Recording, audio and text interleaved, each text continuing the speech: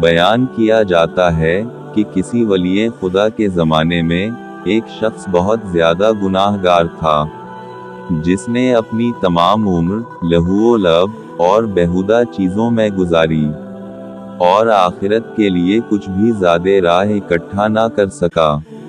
نیک لوگوں نے اس سے دوری اختیار کر لی تھی، اور وہ بھی نیک لوگوں سے کوئی سروکار نہیں رکھتا تھا۔ عمر کے آخری حصے میں جب اس نے اپنے کارناموں پر نگاہ ڈالی اور اپنی عمر کا جائزہ لیا تو اسے امید کی کوئی کرن نظر نہیں آئی، کیونکہ اسے اپنے دامن میں کوئی بھی نیک عمل نظر نہ آیا۔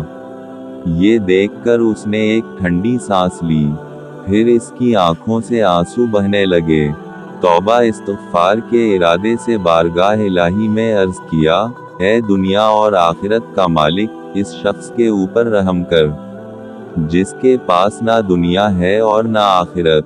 اس کے مرنے کے بعد شہر والوں نے خوشی منائی اور اس کو شہر سے باہر کسی کھنڈر میں پھینک دیا۔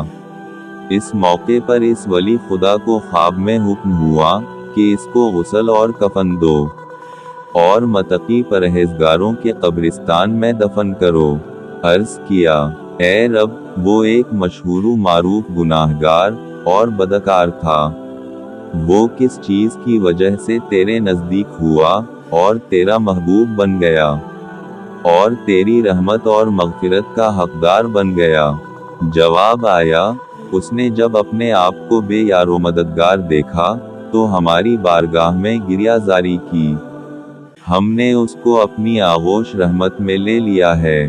کون ایسا دردمند ہے جس کے درد کا ہم نے علاج نہ کیا ہو؟ اور کون ایسا حاجت مند ہے جو ہماری بارگاہ میں روئے اور ہم اس کی حاجت پوری نہ کریں؟ کون ایسا بیمار ہے جس نے ہماری بارگاہ میں گریہ زاری کی ہو اور ہم نے اس کو شفا نہ دی ہو؟ تو میرے عزیز مسلمان بہن اور بھائیوں، انسان خطا کا پتلا ہے۔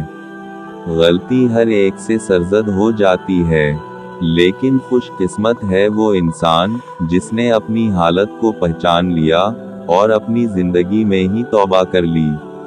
اللہ تعالی ہمیں توبہ کی توفیق عطا فرمائے، آمین۔